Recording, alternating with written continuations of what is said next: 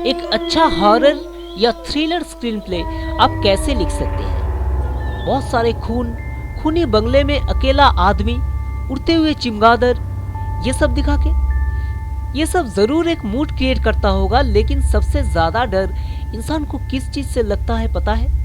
माने हुए horror thriller writer mister H.P. Lovecraft ने कहा है कि the oldest and strongest kind of fear is fear of the unknown.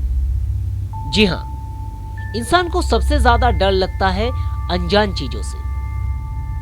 आप भी आपकी कहानी में इस फियर ऑफ अननोन को यूज करके एक अच्छी थ्रिलर लिख सकते हैं। कैसे? उसके लिए मैं आपको 5 आसान सा टेक्निक बताऊंगा।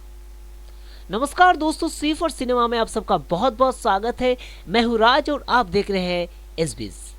ऐसे ही फिल्म मेकिंग वीडियोस और अच्छे अच्छे फिल्मों के खबरें आपको इस चैनल पे मिलता है। तो अगर आपने अभी भी हमारे चैनल को सब्सक्राइब नहीं किया है तो अभी हमारे चैनल को सब्सक्राइब कर लीजिए, वीडियो को लाइक कर दीजिए और दोस्तों के साथ शेयर कर दीजिए।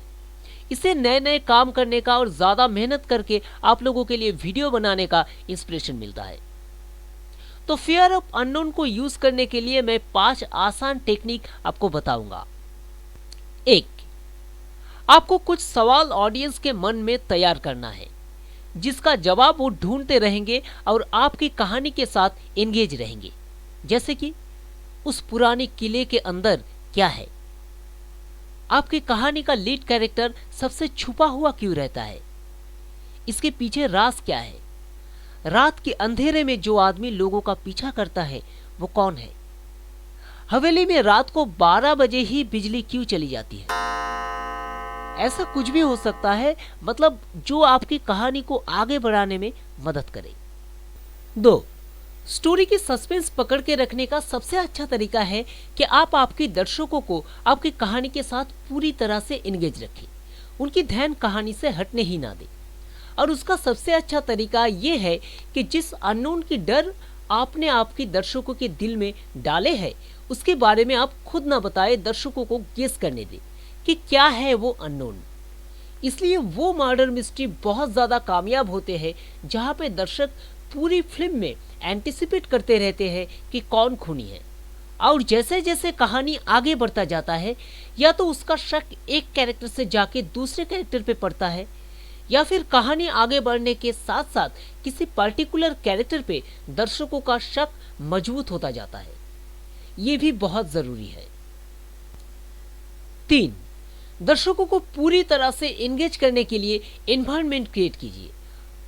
हॉरर थ्रिलर या फिर मिस्ट्री थ्रिलर जैसा फील दीजिए, जैसे कि पुरानी डरावनी हवेली, गुप्त सीढ़ियां, रात का अंधेरा, ऊपर से बारिश, धुंध, लाइट एंड शैडो का इस्तेमाल। इसके अलावा कभी कभी छोटे छोटे प्रॉप्स भी एनवायरनमेंट क्रिएट करने में कमाल का काम करता है। पर एक बात याद रखिए, एनवायरनमेंट क्रिएट करने के चक्कर में ऐसा कुछ चीजें यूज मत कीजिएगा जो आपकी कहानी को सपोर्ट ना करता हो।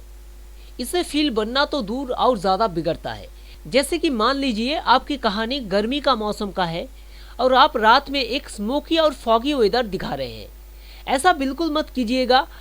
आपको ऐसी चीजें करना है जिससे एक ट्रू फील आए। 4, पॉइंट ऑफ व्यू का इस्तेमाल लिमिटेड कर दीजिए और उस अननोन फियर की प्रोस्पेक्टिव से कहानी को बताइए।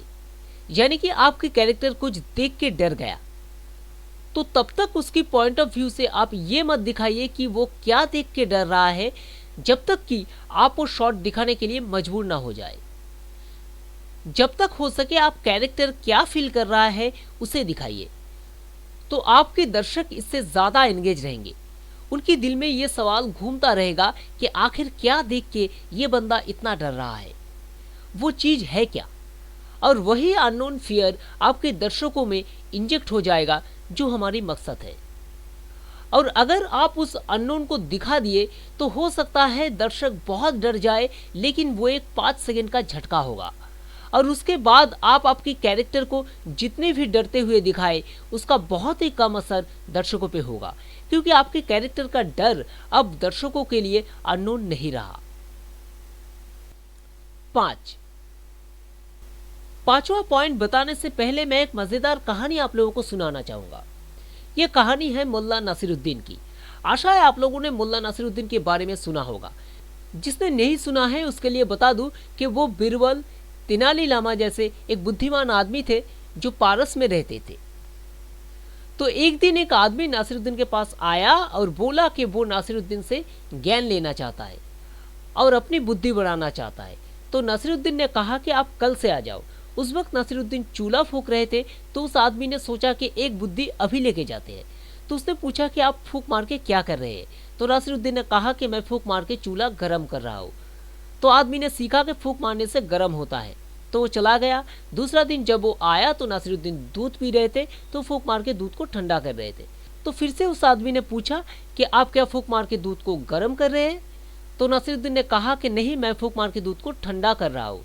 तो आदमी सोचने लगा कि इसे खुद को कुछ पता नहीं है, कभी कहता है कि फूंक मार के ठंडा होता है तो कभी कहता है कि गर्म होता है, इससे क्या सीखना।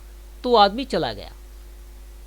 ठीक वैसे ही चौथी पॉइंट में मैंने बोला था कि अननोन फियर को छुपाइए, जहां तक हो सके दिखाइए मत। और अब मैं कह रहा हूं कि जरूरी नहीं कि हर वक्त आप छुपाते रहे, कभी कभी मिस्ट्री को थोड़ी सी रिवील कर दीजिए। याद रखिए, थोड़ी सी, पूरी नहीं।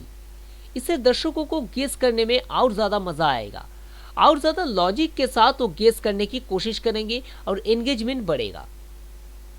लेकिन रिवील कैसा होगा, देखिए वो तो आपकी कहानी पे डिपेंड करता है। फिर भी मैं यहाँ पे एक एग्जांपल देता हूँ। जैसे कि पुरानी हवेली पे रात को सोफे पे थका हुआ आपका मेन कैरेक्टर सोया है और दीवार के पीछे एक डरावनी औरत है, या फिर चाकू लिए एक आदमी खड़ा है, या फिर सारा दिन आपकी कैरेक्टर जिसे ढूंढ रहा था वो दीवार के पीछे खड़ा है और आपने वो दिखा दिए। तो अब ये बात दर्शकों को पता है लेकिन आपके कैरेक्टर को पता नहीं। फर्क देखिए, चौथी पॉइंट पे कैरेक्टर को पता था कि सामने क्या है लेकिन दर्शकों को पता नहीं था, और यहाँ दर्शकों को पता है लेकिन कैरेक्टर को पता नहीं है। मतलब दर्शक यहाँ सुपीरियर पोजीशन पे है। ऐसे पोजीशन में दर्शक अपने आप मन में कहे उठेगा कि अरे उठो, नहीं तो वो आदमी तुम्हें मार डालेगा, या फिर भागो यहाँ से, यहाँ पे सच में भूत है, या फिर अरे उठो, सारा दिन तुम जिसे ढूंढते फिर रहे थे वो सिर्फ एक दीवार के फासले पे खड़ा है और तुम उसे पकड़ सकते हो।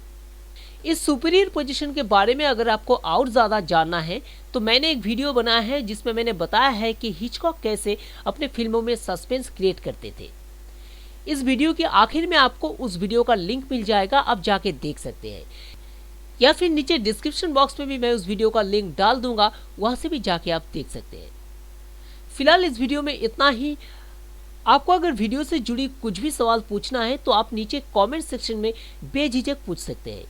वीडियो अगर आपको अच्छा लगा तो एक लाइक ज़रूर कीजिए, दोस्तों के साथ शेयर कीजिए, और अगर आप हमारे चैनल में नए हैं तो ज़रूर हमारे चैनल को सब्सक्राइब कर लीजिए। मिलते हैं अगले वीडियो के साथ, तब तक के लिए take a very good care of yourself.